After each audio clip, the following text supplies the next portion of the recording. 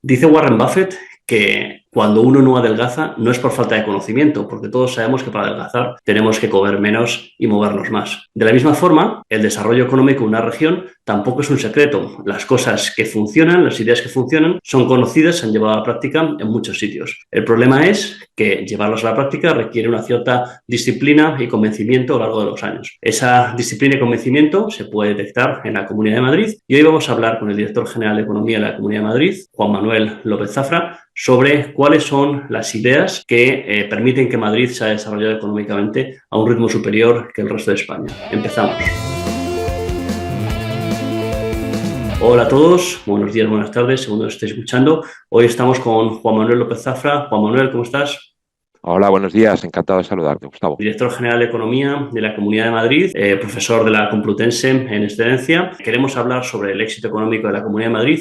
Quería empezar preguntándote, Juan Manuel, sobre cuál es el origen, ¿no? ¿Cómo se le ocurre? Entiendo que todo empieza con Esperanza Aguirre, pero me fascina, ¿no? Cómo una persona que viene de una tradición de la democracia cristiana viene con esas ideas del liberalismo y las lleva a la práctica y consigue que se establezca como el signo de identidad del Partido Popular en la Comunidad de Madrid. Cuéntame, ¿de dónde vienen esas ideas? Buenas tardes, buenos días a todos en primer lugar, allí donde estéis. Básicamente lo que planteas tiene que ver, yo creo, el origen, como tú bien dices, con lecturas y con conversaciones de la propia Esperanza Aguirre. La idea es claramente suya, la implementación al menos es claramente suya y tiene que ver con lecturas y conversaciones, pues fundamentalmente con los padres del liberalismo en España, que son Pedro Esbarz y Carlos Rodríguez Brown, son quienes aportan en los últimos 50 años lecturas y aportan savia liberal a nuestro panorama. Y entonces, bueno, pues yo creo que básicamente de ahí estamos hablando de liberales clásicos, smithianos, y en ese sentido, bueno, yo creo que son realmente los causantes. Hay más, por supuesto, pero por poner a dos personas muy conocidas y muy reconocidas, Pedro Esbarz y Carlos Rodríguez Brown. Y estas ideas sabemos que son, en cierto modo, el motor del progreso, ¿no? ¿Cuáles son los principios particulares que han guiado las políticas económicas de la Comunidad de Madrid en los últimos 20 años? Bueno, pues yo lo reduciría a una palabra y luego lo desarrollamos. Básicamente es desarrollar la libertad en todos sus sentidos, teniendo en cuenta que el marco de cualquier gobierno, de cualquier estado, es, por definición, coactivo.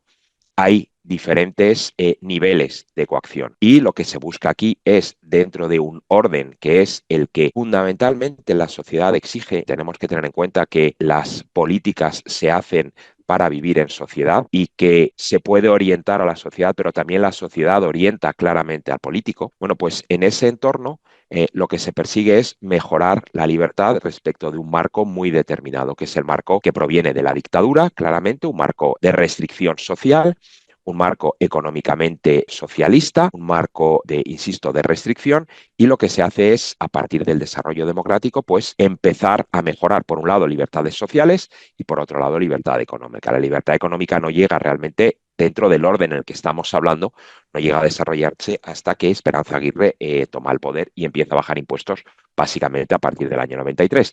Y ahí es donde precisamente con esas ideas que hemos planteado antes del liberalismo clásico, pues lo que se ve es que efectivamente siempre estamos con la posibilidad de un incremento de recaudación bajando impuestos. Ese incremento de recaudación, que obviamente lo que te está diciendo, si cada vez sigues recaudando más, es porque de alguna forma estás ampliando la base fiscal y por tanto sigues teniendo margen para rebajar.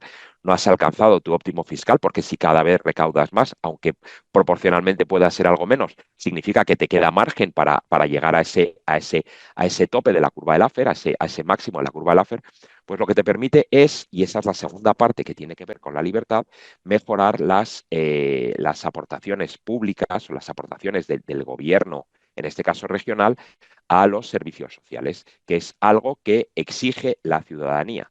¿eh? O sea, no hay una discusión que puede ser teórica y puede ser muy interesante, pero que no es una discusión real. O sea, la gente quiere lo que quiere desde el punto de vista estamos acostumbrados a una sanidad determinada, pública, a una educación pública, a unos transportes públicos, y España ha funcionado así siempre. Y entonces, bueno, no podemos decir podemos hacer lo que queramos, pero Hay que tener en cuenta, y esto es algo muy importante, que para poder implementar este tipo de políticas fiscales liberales necesitas tener el apoyo de la ciudadanía, que si no está, quien está es el socialismo. Y si está el socialismo, se acabó. Por tanto, tienes que estar siempre con un ten con ten para conseguir al mismo tiempo aplicar una serie de políticas lo más liberales posibles, junto con otras que sin ser claramente liberales, no estamos hablando de privatizar en absoluto la sanidad, ni el transporte, ni la educación públicas, no está en la agenda, y que para un liberal quizá eso sería, sobre todo para un liberal austriaco, eso sería absolutamente esencial, bueno, pues no está en la agenda por una sencilla razón. Eso no te permite ganar elecciones. Y si no ganas elecciones, lo que vas a tener enfrente, lo que vas a tener en el poder, es socialismo. Y eso significa que se acabaron las bajadas de impuestos y se acabaron completamente las políticas liberales.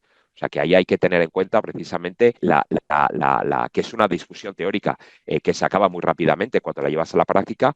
Tienes que tener en cuenta el marco social en el que estás trabajando. De los principios rectores, como por ejemplo el equilibrio presupuestario, ¿qué me puedes decir? Bueno, pues el equilibrio presupuestario para nosotros tenemos marcada claramente una senda de déficit que marca el Estado a las autonomías, que a su vez viene marcada desde Bruselas, pero que para nosotros es absolutamente sacrosanto. Es decir, nosotros tenemos muy poquito déficit fiscal, estamos trabajando ahora mismo el presupuesto con un 0,1, estamos hablando de un 12% de deuda sobre el PIB total, es la cuarta más baja de España, la segunda del régimen común, la más baja es la de Canarias, luego fuera del régimen común está Navarra y Euskadi, que evidentemente tiene sus peculiaridades, pero dentro del régimen común es la segunda más baja, que es el déficit fiscal, pues existe evidentemente, pero en los últimos años ha estado muy cercano al 0%, cuando no lo ha sido. Entonces, para nosotros, el no incrementar la deuda, el déficit fiscal, el déficit es algo que está claramente en el ADN de los gestores de la Comunidad de Madrid. Entonces, bueno, pues obviamente siempre hay discusiones con los órganos, digamos, que necesitan o pretenden más gasto, pero es que el gasto proviene de una cesta común y esa cesta común es la de la contribución de los madrileños. Y de ahí no podemos someterles a una presión mayor. Una serie de Modo, ventajas inmediatas en la performance de la región, ¿eh? O sea, permite la baja fiscalidad y el bajo endeudamiento es mejorar nuestros ratings internacionales, lo que significa una rebaja una mejora de la calidad de la deuda y, por tanto, un endeudamiento a unos tipos menores que redundan en beneficio de las arcas públicas, de nuevo. o sea que sí se puede, ¿no? A pesar de que muchas veces se dice que no, pero sí se puede tener poca o nula deuda en una región y además combinarlo con una baja presión fiscal, ¿no? Que es la segunda Claro. cuestión que yo te quería sacar a colación y que, bueno, te tengo que decir que es emocionante, ¿no? Ver a un funcionario español a mencionar la curva de Laffer, pues a muchos nos hace mantener la ilusión, ¿no? De que podemos no acabar fatal, ¿no? Entonces, bueno, pues cuéntame cómo elabora un poco más sobre la baja presión fiscal y por qué crees que es importante. A ver, es importante porque, y esto obviamente es una posición ideológica que tiene que ver con la posición de libertad que tiene cada uno. Yo no creo estar en posesión de la verdad absoluta, pero tengo unas creencias muy claras. Eh, y como establece la presidenta, como establece la actual consejera de Economía, Hacienda y Empleo, Rocío Albert López Hipor, y como establecía el anterior consejero de Hacienda, Economía y Empleo, Javier Fernández Lasqueti, ¿eh? El dinero donde mejor está es en el bolsillo del ciudadano. ¿Que hay una parte del dinero que tiene que salir del bolsillo del ciudadano para financiar los servicios públicos? Eso es evidente. Pero más allá de eso, tenemos que pensar que en los últimos 20 años las bajadas de impuestos han logrado ahorrar a los contribuyentes madrileños más de 76.000 millones de euros. Es dinero que los contribuyentes madrileños hemos mantenido en nuestros bolsillos.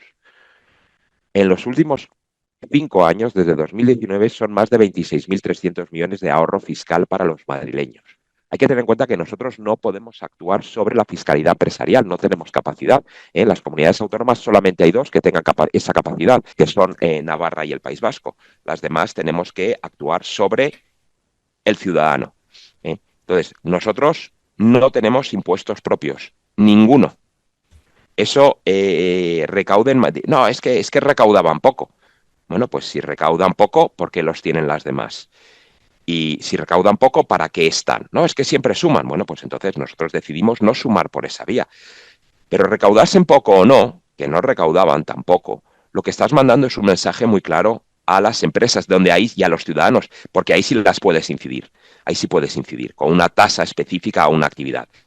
Y es, oye, yo no te voy a poner ningún impuesto a tu actividad. Puedes confiar en que esto no va a ser así, que nosotros hemos eliminado, hemos suprimido esas tasas, esos impuestos específicos, para decirte que no te vamos a poner ninguno. Entonces se recuperó el impuesto de patrimonio porque nos obligó el gobierno a meterlo, es el único que se ha recuperado, pero ha sido por una obligación. Nosotros decidimos que era mejor que se gestionase internamente a que se gestionase a nivel del Estado, donde se iba a recuperar igual. Entonces, bueno, pues aparte de ese, que es una obligación, todos los demás están absolutamente suprimidos. Y eso nos ha llevado a tener un crecimiento económico que, claro, se dice, no, es que Madrid es el centro, sí, es el centro. Pero es que es el efecto capitalidad, pero es que la capital de Madrid es desde hace más de 400 años. ¿eh?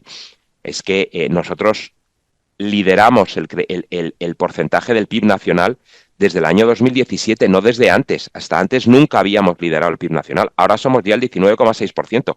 Prácticamente 1 de cada 5 euros que se producen en este país se producen en la región de Madrid. Cataluña está estancada desde el año 2017, estancada completamente. Estamos hablando de volumen, no estamos hablando de inflación, estamos quitando precios por medio, ¿vale? Tenemos una renta per cápita, un PIB per cápita, que es un 36% superior a la media nacional. Estamos hablando de 4.200 euros de renta per cápita, cifras INE 2023 del 18 de diciembre, frente a una media nacional de 31.000 euros. Estamos hablando de que esa actividad económica que nosotros conseguimos precisamente atrayendo ciudadanos a nuestro entorno gracias a esa política de bajos impuestos y atrayendo a las empresas que vienen con esos ciudadanos porque generan empleo, supone que el 25% de la creación de empresas del mes de noviembre ha sido en España, en Madrid, perdón, 1 de cada 4 empresas ha nacido en Madrid, que hemos generado prácticamente también 1 de cada 4 empleos durante el año 2024, el 23% para ser exactos, no el 25%. Es decir, estamos hablando de una actividad económica que tiene que ver con algo que no es precisamente el socialismo, sino todo lo contrario, libertad económica. Y luego podemos hablar, si quieres, de la libertad de horarios y lo que supuso. Pero Sí. evidentemente somos pioneros en eso, estamos orgullosos y hemos demostrado que funciona. Se dice, ¿y si las demás hacen lo mismo? Ojalá, ojalá, porque todos crecerán, porque esto no es un juego de suma cero. De acuerdo con una empresa que se sitúa en un sitio, no se sitúa en otro. Pero si vienen a Madrid es porque se ven, digamos, tienen la necesidad de venir aquí. ¿eh? Bueno, pues que trabajen en su zona. Nosotros estamos a favor de la creación de un mercado único real nacional. Tenemos una ley de mercado abierto. Luego también hablaremos de la parte legislativa, que es fundamental. Pero eso lo que hace es generar actividad. Y si generas actividad, generas riqueza. Riqueza para todos.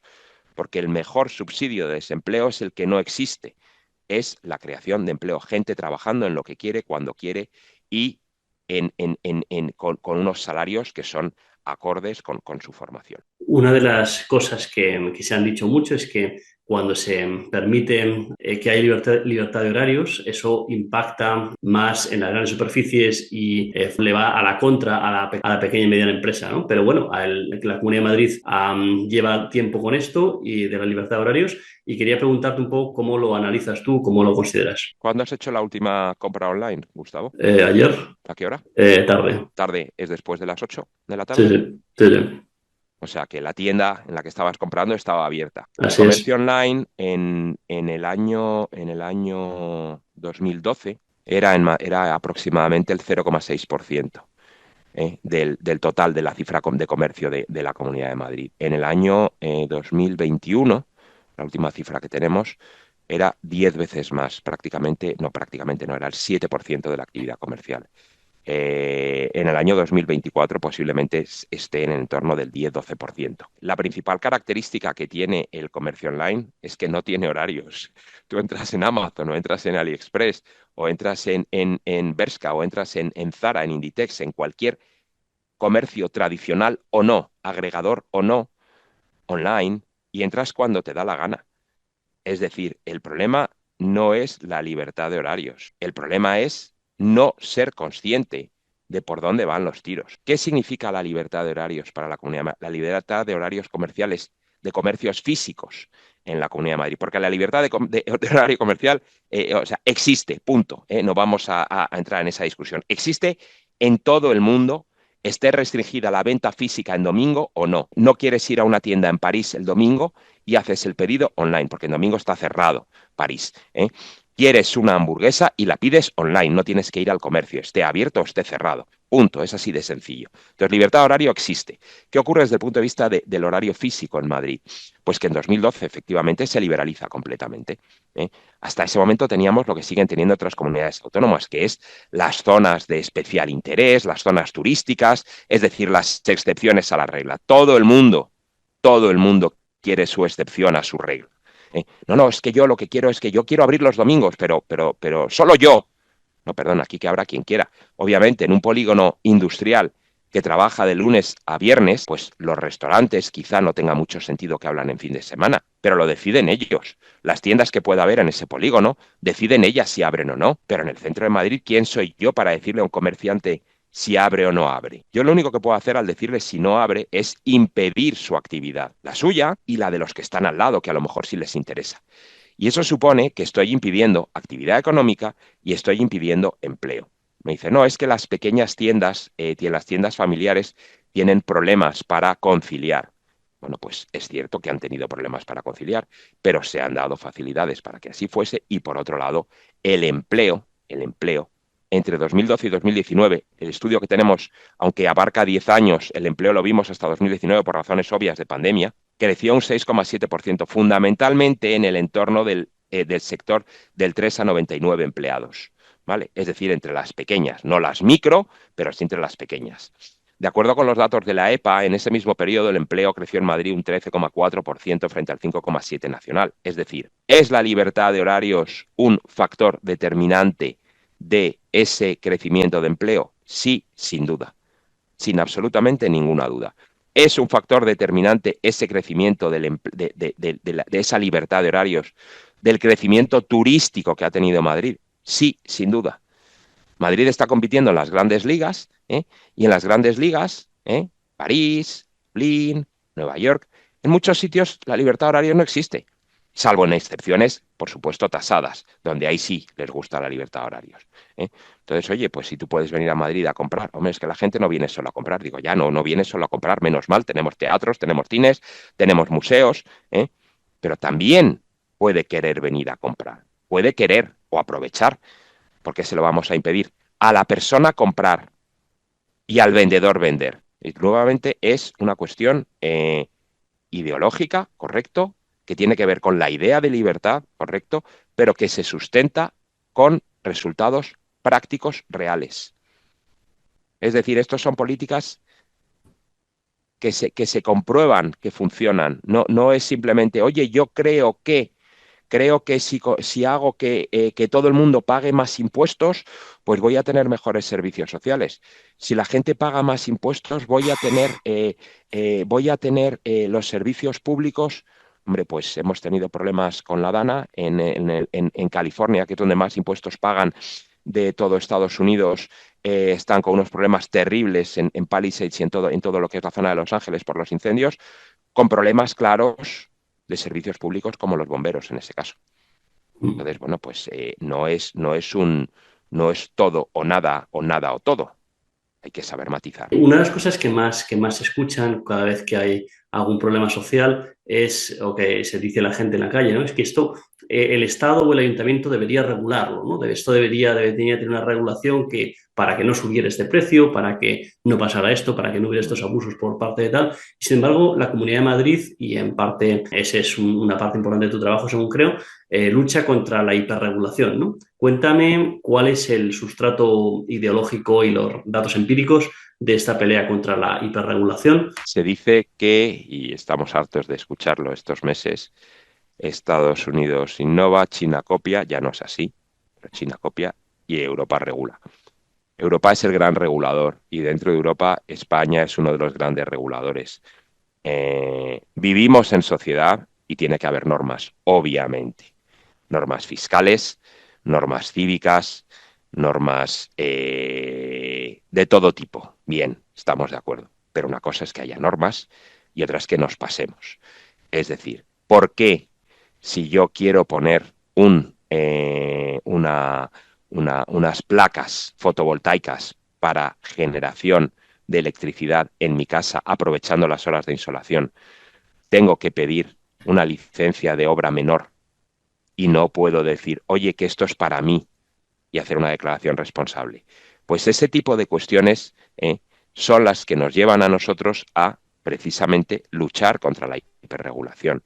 ¿Por qué un bar, un restaurante, una cafetería tiene que tener anunciado en un cartel en la puerta el menú, primero, segundo, postre, lo que incluye y el precio? Cada día se lo cambie o no lo cambie y no puede avisarlo de otra forma. Hay una serie de normas. Otras normas son contradictorias. Por ejemplo, tú tienes, sean municipales, autonómicas o nacionales. Por ejemplo, a ti te obliga la normativa a tener en un local comercial, en un local, perdón, de hostelería, tener la famosa doble puerta para evitar los ruidos. ¿Vale? Tienes que tener dos puertas para evitar ruidos. Bien. Si tú tienes un local histórico, como alguno hay en Madrid, con más de 100 años, y la barra está protegida, la barra, no puedes tocar la barra, y la puerta, no cabe una segunda puerta porque chocaría contra la barra y tendrías que tirar la barra, tienes una norma que no se puede aplicar. Tienes una barra protegida y tienes que meter una segunda puerta. ¿Cómo lo haces sin tocar la estructura, sin sacar la segunda puerta a la calle? No puedes. Tienes una excepción a esa norma. Entonces, son ese tipo de cosas las que nos llevan a precisamente luchar contra los excesos regulatorios. Excesos regulatorios que en muchas ocasiones yo no conozco, yo ni mi equipo conocemos, sino que provienen de otros momentos de la historia, pero quien sí conoce es el ciudadano que se enfrenta a ellos cada día, el empresario que se enfrenta a ellos cada día. Y entonces el empresario viene y a través de una línea que tenemos abierta, el empresario o el ciudadano, una página web muy sencilla, uno pone línea abierta hiperregulación Madrid y sale directamente esa página web en Google, un sencillo formulario, tan sencillo como que son 3 pasos. No tienes ni que identificarte, simplemente un correo electrónico para poder comunicarte las cosas. Dices, oye, que es que me estáis fastidiando con esto. Y nosotros vemos si es nuestro, y si es nuestro, hablamos con el responsable de esa norma y vemos si tiene sentido la norma o si no tiene sentido. En muchas ocasiones no, tantas como que hasta el año pasado, en 3 años, se han identificado 342 normas de todo tipo, prácticamente la tercera parte con rango de ley, que hemos modificado. Sí, no son las 10.000 de mi ley, pero es que tampoco esto es Argentina. Pero tenemos una línea, que es la línea abierta contra la hiperregulación, que lo que hace precisamente es luchar contra esos excesos. Y tenemos tanta fe en ese movimiento y creemos tanto en él que vamos a transformar una idea para que no sea solo una obligación moral, sino que también sea una obligación legal. Vamos a transformar la línea en una ley contra la hiperregulación. Dirá, sobre una ley para luchar contra los excesos regulatorios. Digo, bueno, pues es que le vamos a dar rango de ley, sí. Y si con esa ley conseguimos introducir fecha de caducidad a las leyes, si conseguimos a las normas en general, o por lo menos de revisión de la norma, es decir, no poner una norma y que se quede ahí forever, sino que tengas un plazo para revisarla y ver si tiene sentido o no, y plantearte como legislador y como administración cuáles eran los objetivos y si se han conseguido o no se han conseguido, y si no se han conseguido, fuera, así de sencillo. Conseguir además no solamente esa fecha de caducidad, sino también establecer un marco donde yo tenga la obligación de comunicarme contigo cuando tú me preguntes por una determinada norma, como ocurre ahora mismo en transparencia. Es decir, hay una serie de cuestiones que se van a establecer o que pretendemos establecer y que van a cambiar el marco, van a cambiar el panorama, van a cambiar claramente el panorama. Muy bien. Te quería preguntar ahora por esas funciones que típicamente se le asignan a las instituciones públicas, ¿no? Como la construcción de infraestructuras o la gestión de la educación y la sanidad. Claro, cuando uno no se endeuda y recauda menos impuestos, pues típicamente puede pensar que le quedan menos dinero para eso, ¿no? Digamos que eso es el gran caballo de batalla muchas veces de la izquierda, ¿no? Que hay que cobrar impuestos para poder darte la educación, la sanidad, infraestructuras, ¿no? Quería ver cómo se concilia en el marco de la Comunidad de Madrid esa, digamos, esa imposibilidad aparente. Hay 2 cuestiones. Primero, nosotros no hemos dejado de recaudar. Como te he dicho antes, estamos lejos aún nos acercamos, pero todavía queda margen del óptimo fiscal de la FER.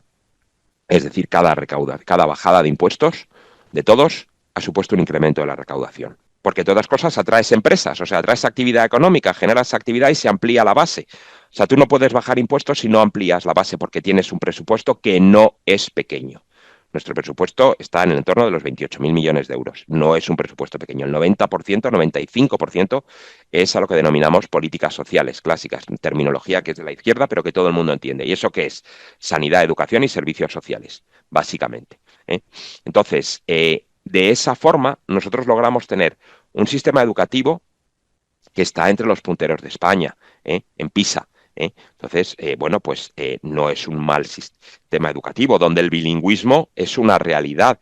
Y es una realidad cuando nuestros alumnos van al extranjero y se dan cuenta, en Londres, en Francia, en París, en cualquier lado, que efectivamente los que han dicho que hablan inglés, hablan. No el típico español que dice de toda la vida, que ha dicho, sí, yo hablo inglés y lo que tiene es un A2 escaso.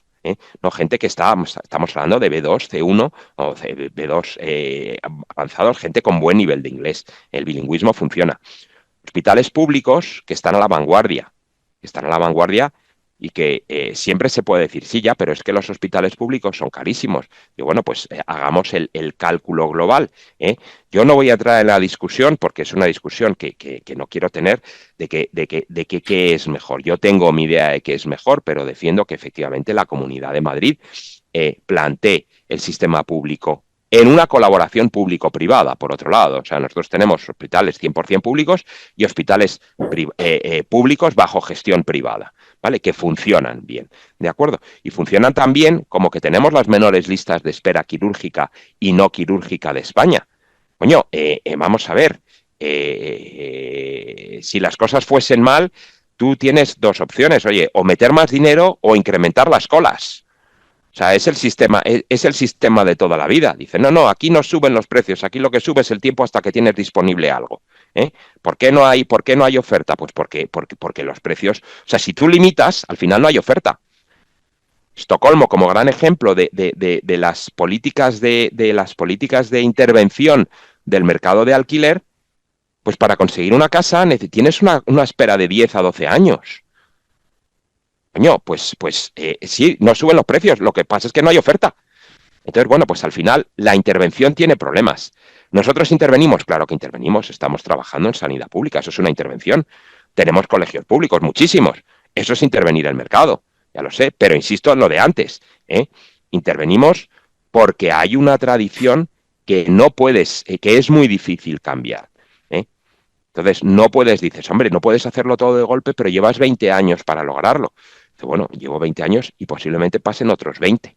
Y no sé si alguna vez se logrará, pero tampoco es algo que me preocupe. Me preocupa mucho más que haya una seguridad clara. Madrid es una de las ciudades más seguras del mundo, de las capitales más seguras del mundo, donde la gente viene y está a gusto, y por eso viene aquí, donde hablas con gente de Centro y Sudamérica y dicen que están sus amigos en los países de origen, están sorprendidos porque no tienen escoltas, porque sus hijos salen por la noche, porque sus hijos van en autobús público, en un sistema, en un entorno de transporte público. Oye, que el Metro de Madrid es un ejemplo de eficiencia, que es la segunda cuestión que quería decir, eficiencia en el gasto. O sea, miramos cada euro que se gasta.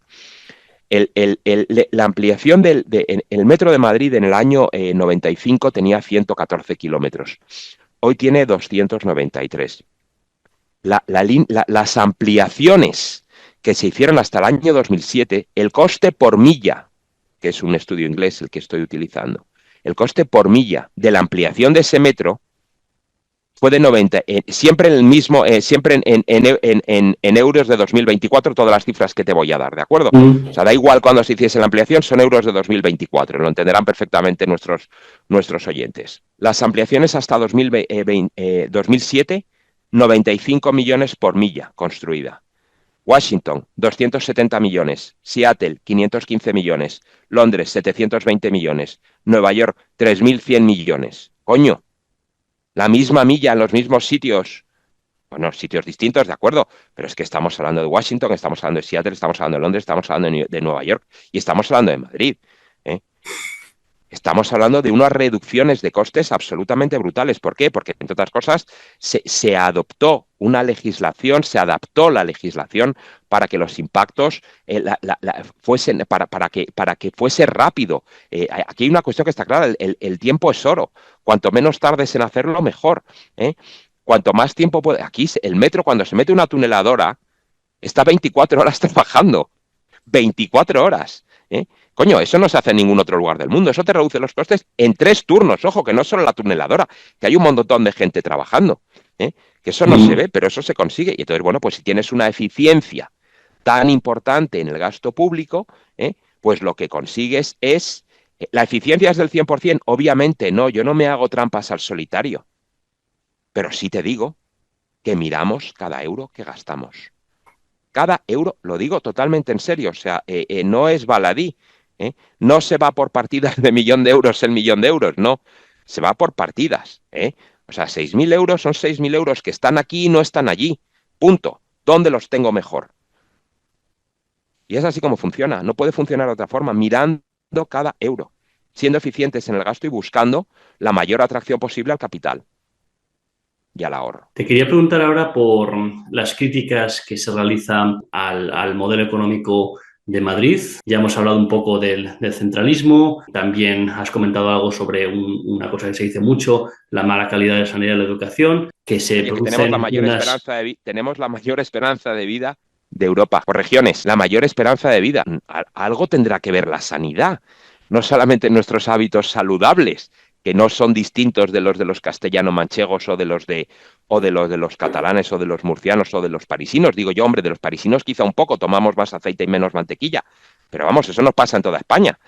Digo yo que algo tendrá que ver nuestro sistema sanitario. Digo yo, vamos, que no lo sé, pero lo digo sin ironía. Digo yo que algo tendrá que ver. Parte del éxito de Madrid sea la concentración de ministerios, organismos públicos y demás, y que digamos, esa aglomeración también impacte en los precios del incremento de la vivienda y demás, que son críticas que se pueden hacer. ¿Qué piensas sobre eso? Vamos a ver, no voy a negar que el hecho de que en Madrid haya ministerios pues tiene un impacto, claramente. O sea, si tú en un sitio tienes gente trabaja y más en un país donde hay 22 ministerios.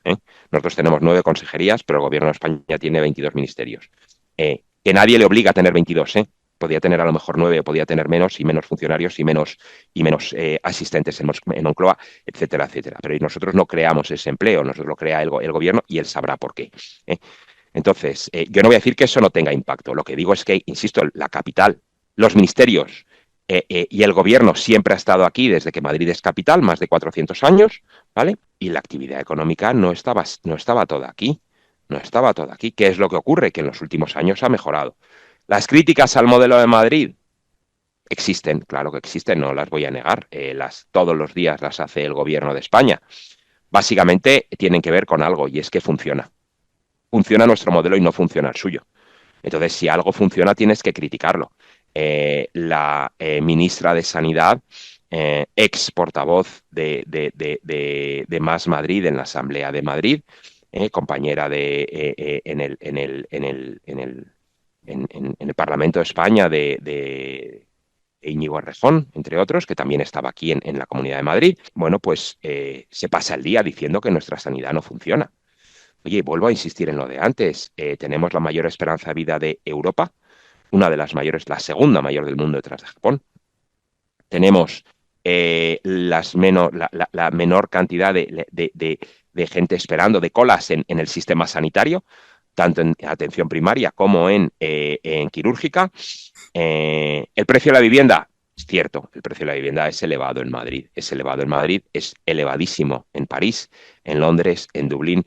Es elevado en los sitios donde el suelo es escaso y donde hay atracción. Donde no es caro el suelo, en Chicago. ¿Por qué no es caro en una capital como Chicago? ¿Por qué no es caro el suelo en Chicago? Porque la gente huye de Chicago. Porque los demócratas se lo han cargado. Si tú arrasas culturalmente y socialmente una región, una zona, una ciudad, el suelo baja de precio. Si tú eres atractivo. Madrid, la Comunidad de Madrid a 2030 tiene previsto crecer en más de 1 billón de habitantes. más de 1 millón de habitantes de aquí a 2030. Esa es la previsión del INE. ¿Eh? Es la región que más va a crecer. Oye, pues digo yo que si todo es tan malo y el modelo de Madrid es tan malo, ¿por qué viene la gente? Porque los traemos con pistolas, como utilizan algunos que son muy dados a señalar en la asamblea, o eran muy dadas a señalar en la asamblea con el simbolito de la pistola a quien estaba hablando, a la presidenta.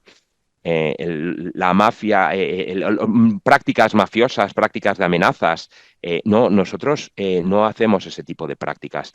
Nosotros no hemos impuesto ni hemos señalado que vamos a imponer una tasa del 100% a los inversores extranjeros, a los inversores, a los residentes extranjeros en el mercado inmobiliario. Es decir, en vez de generar vivienda, en vez de crear suelo disponible, en vez de abrir el mercado, lo restringes aún más y pones un cartelito en el extranjero como portada del Times de hoy, ¿dónde irnos ahora que han cerrado España? Joder, la gente no lee solamente que el cierre es inmobiliario, ¿eh? La gente ve el titular. Es decir, hay una serie de señales que están penalizando a la inversión extranjera. Nosotros incrementamos, tenemos el 72%. En el segundo, en los 9 primeros meses del año hemos atraído el 72% de la inversión extranjera. Nuestro track record de los últimos 20 años es 2/3 partes de la inversión extranjera productiva, la directa, la productiva, excluida la parte que sí. No, excluido todo lo que es inversión extranjera directa productiva, 2/3 partes en los últimos 20 años, trimestre a trimestre. Entonces, oye, será por algo. No, es que están los ministerios. Coño, pues te puede venir una empresa de defensa, no te digo yo que no, a instalarse en Madrid, pero vamos, que hay muchas que están en Andalucía, otras en Aragón, otras en Navarra. ¿eh? Quiero decir, o sea, si vienen aquí, y nosotros no regalamos suelo, ¿eh? No regalamos suelo. Entonces, oye, el modelo funciona. ¿Por qué se critica? Porque funciona. Es una crítica ideológica, no es de otro tipo. No, es que hay muchos pobres en Madrid. Tenemos la tasa AROPE más baja de España. 7 puntos menos que la media nacional. A ver, que es una tasa que no es nuestra, o sea, que la publica el INE, que no es precisamente un organismo que nosotros tengamos comprado, que no hemos cambiado al presidente del INE porque estaba dando cifras que no le gustaban a la ministra. ¿eh? No, o sea, esa tasa es un dato, quien quiera que vaya. Tasa de pobreza, comunidades autónomas, INE. Y verá que Madrid tiene la más baja de España, 7 puntos por debajo. Coño, no, es que entonces ahora ya no es la pobreza, ahora es la desigualdad. Coño, claro, sí, o sea, siempre vamos a encontrar algo. Siempre hay ricos. Y si hay pobres, tiene que haber pobres para que haya ricos. Las chorradas típicas del discurso de la izquierda, de la suma cero, que no lo han entendido, no han entendido von Neumann ni a Morgenstern, ni han entendido absolutamente nada de economía en su vida. Bueno, pues ¿qué le vamos a hacer? Nosotros creemos que sí lo hemos entendido y los madrileños creen que lo hemos entendido. Por eso siguen votando. ¿Qué crees tú que se podría aprender del modelo de éxito de la Comunidad de Madrid, que podría ser fácilmente importable por otras regiones si tuvieran, digamos, la voluntad política de hacerlo? No, yo no voy a dar recomendaciones porque Dios me libre de recomendar a nadie lo que tiene que hacer. O sea, yo creo que lo que hay que hacer es poner encima de la mesa las políticas que funcionan y las que no funcionan.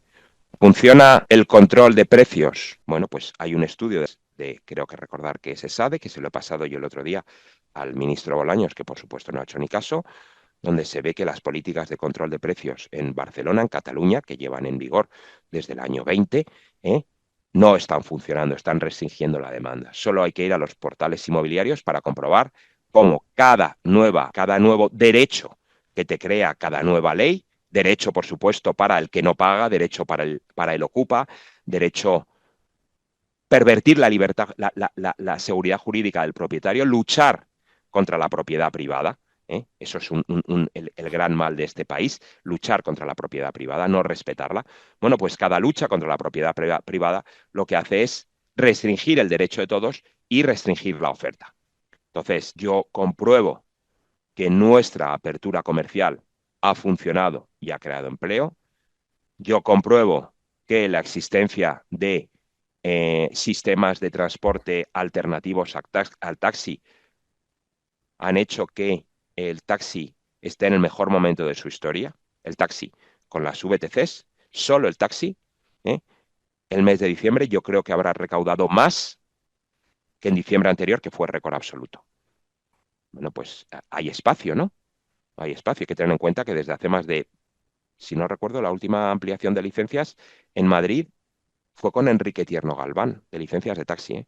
Mm, Estamos hablando de hace unos cuantos años. O sea, Enrique Tierno Galván no es que esté, vamos, la gente ni recuerda quién es prácticamente, ¿eh? mm, Entonces, nuestra libertad de horarios funciona, nuestra libertad comercial, nuestra libertad de transporte funciona. Eliminar impuestos para generar actividad comercial funciona. Nosotros no tenemos una tasa sobre centros comerciales, sobre los grandes centros comerciales o los hipermercados porque contaminen. No nos inventamos tasas de contaminación. No, no, nosotros simplemente decimos, oye, tú vas a hacer un centro comercial, ahí lo tienes, oye, pues eh, política de seguridad comercial tradicional y punto, o sea, ya está, y funciona, y la gente va, pero va también a las pequeñas tiendas. Es decir, aquí no se está favoreciendo a unos para molestar a los demás. Volviendo a la libertad comercial, le preguntamos a la gente, le preguntamos a la gente cómo valoraba esa. Hicimos una encuesta aprovechando el 2022, aprovechando los 10 años, y le preguntamos a la gente cómo valoraba esa libertad comercial. Y una de las preguntas fue, ¿ha sido adecuada la libertad de horarios? ¿Cuál fue la respuesta? De 0 a 10 puntos, ¿cuál fue la respuesta más frecuente? 10. Eso te dice algo. Entonces, yo simplemente quiero señalar que más libertad es mejor que menos libertad. Cuanto más puedas abrir tu sociedad al comercio, las personas transaccionamos, las personas necesitamos el comercio, ¿eh? Y aquí es bueno recordar a Escotado, ¿eh? Siempre es bueno recordarlo y siempre es bueno leerlo, ¿eh? Y es mi recomendación, una de mis recomendaciones a Bastiat y Escotado, sí de claro, ¿eh? Eh, entonces, si nosotros somos conscientes de que la libertad funciona y somos capaces y tenemos la voluntad política de aplicarla, veremos que funciona. Obviamente, ¿puedes liberalizarlo todo de golpe? No, no puedes, pero sí puedes comprobar y se demuestra en Madrid que haciéndolo poco a poco, de una forma progresiva e incorporando a la gente a ese modelo, las cosas funcionan y funcionan mejor que han funcionado nunca. Vienen más turistas, viene más inversión, viene más empresas nacionales, saldo es absolutamente positivo, vienen más personas, sí, tiene su contrapartida. Suelo escaso, vivienda escasa, suben los precios. La alternativa es el socialismo. Vayamos a la República de Corea, vayamos a Cuba a comprar una casa. Si nos dejan comprarla, no creo que vaya a ser muy cara, pero claro, hay diferencia. Juanma, muchísimas gracias por tu tiempo hoy y por aclarar todos estos conceptos. Creo que has dado un buen repaso sobre un montón de mitos que tiene la gente y todo aquel que se atreve a saber y que se atreve a cambiar de opinión, pues creo que con tu contribución hoy puede tener nuevas armas para que eso sea posible y que tener las nuevas ideas que le Son muy hagan viejas, entender. son muy viejas, pero desgraciadamente para algunos son muy demasiado novedosas. Efectivamente. Aquí lo viejo realmente es el socialismo, es lo que nos tenemos que dar cuenta, que no ha funcionado, que no funciona, que no va a ningún lado más que a la represión económica, a la represión fiscal. Es que el año pasado, para este año, están previstos 9 subidas adicionales de impuestos. Es que ha subido ya el IVA de la electricidad, el de los alimentos, es que hay impuestos a la banca, impuestos a las energéticas. Es que estamos hablando de el año pasado 300.000 millones de recaudación, récord absoluto. No se deflacta la tarifa, es decir, por el mero hecho por la inflación pagas más impuestos. Se sube el salario mínimo y te meten y les van a meter un 43% de retención fiscal. Van a tener que pagar un 43% de la subida. Si es que es toda una engañifa.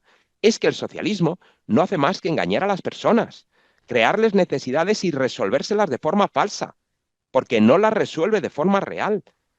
Y crear, eso sí, súbditos, no ciudadanos. Muchas gracias, Juan Manuel, por todas estas ideas y espero poder verte próximamente en otras historias que organicemos. Nos vemos enseguida, claro que sí. Un saludo. Un abrazo fuerte a todos y gracias, Gustavo.